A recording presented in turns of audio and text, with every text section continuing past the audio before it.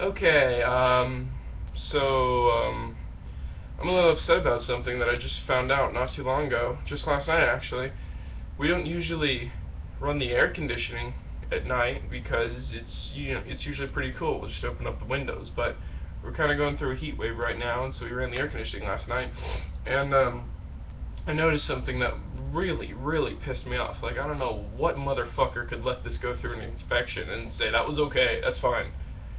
Um, I looked in that vent, that air vent, and I saw something in there, so I pulled the vent off, and I found this in there, and for those of you who don't know, this is fiberglass insulation, and you don't want this stuff in your air vents, especially this much. I mean I know this isn't good quality. My computer camera sucks, and I taped my phone. Anyways, so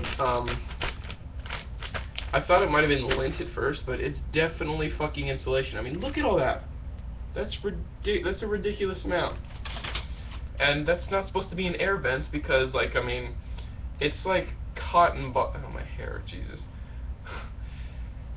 It's like cotton balls. Like, if you get a cotton ball and you blow air on it, there's like little tiny strands of the cotton ball that just float around in the air. So you basically got little tiny strands of fiberglass just floating around your air while you sleep.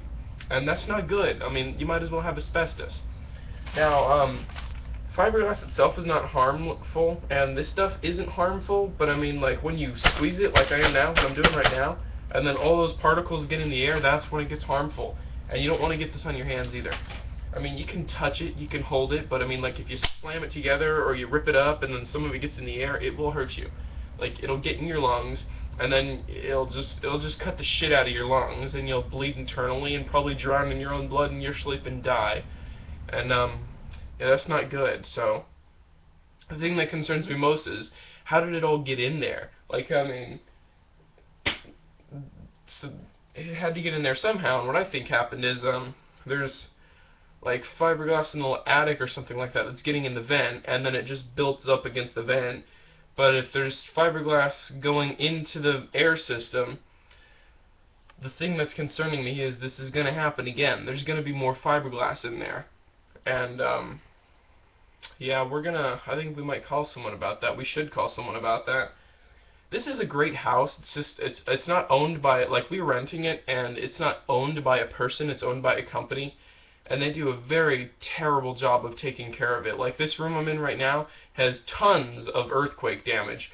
I mean, I look around the walls, and there's a patch here, there's a patch there, patch there, patch there, patch there, patch there, patch. I mean, this whole room's just been patched together, and it's actually on top of, yeah, get this, it's on top of like a sinkhole, so it's sunk into the ground a little more. So everything hanging on the wall is not level, none of it. All these shelves, if I sit on my bed and look at them, they're all at an angle because we used a leveler, so it's not level to the room, it's level to the...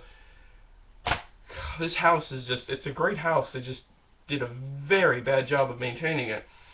And it's got good water pressure. The electricity going into it is standard, but I mean, you know, we haven't popped any breakers yet. Whereas our house that we still own in Phoenix, Arizona, pop a breaker if you turn on a hairdryer. I mean, it's like a 150 amp box. The box here is 200 amps.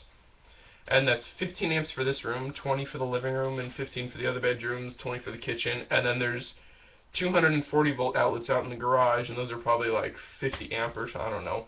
I haven't done the math, but anyways, it's a good house. They just do a bad job taking care of it, as you can see, and that's not cool.